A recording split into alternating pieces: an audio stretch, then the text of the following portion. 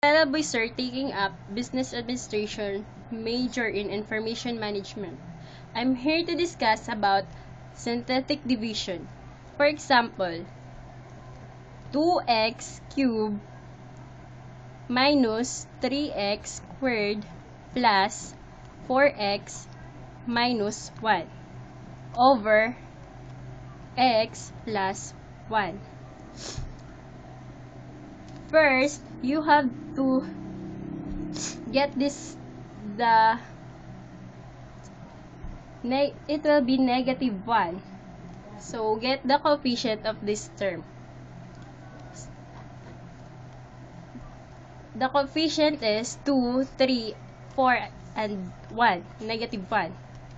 2, 3, 4, at negative 1. First, you have to bring down this 1. Then, multiply this to this. 2 times negative 1 is equals to negative 2.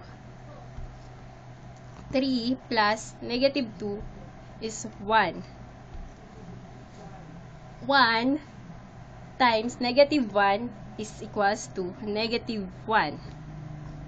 4 plus negative 1 is 3. 3 times negative 1 is negative 3. Negative 1 plus negative 3 is negative 4. So, our answer will be 2x squared minus 5x plus 9 minus 10 over x plus 1. This will be our final answer.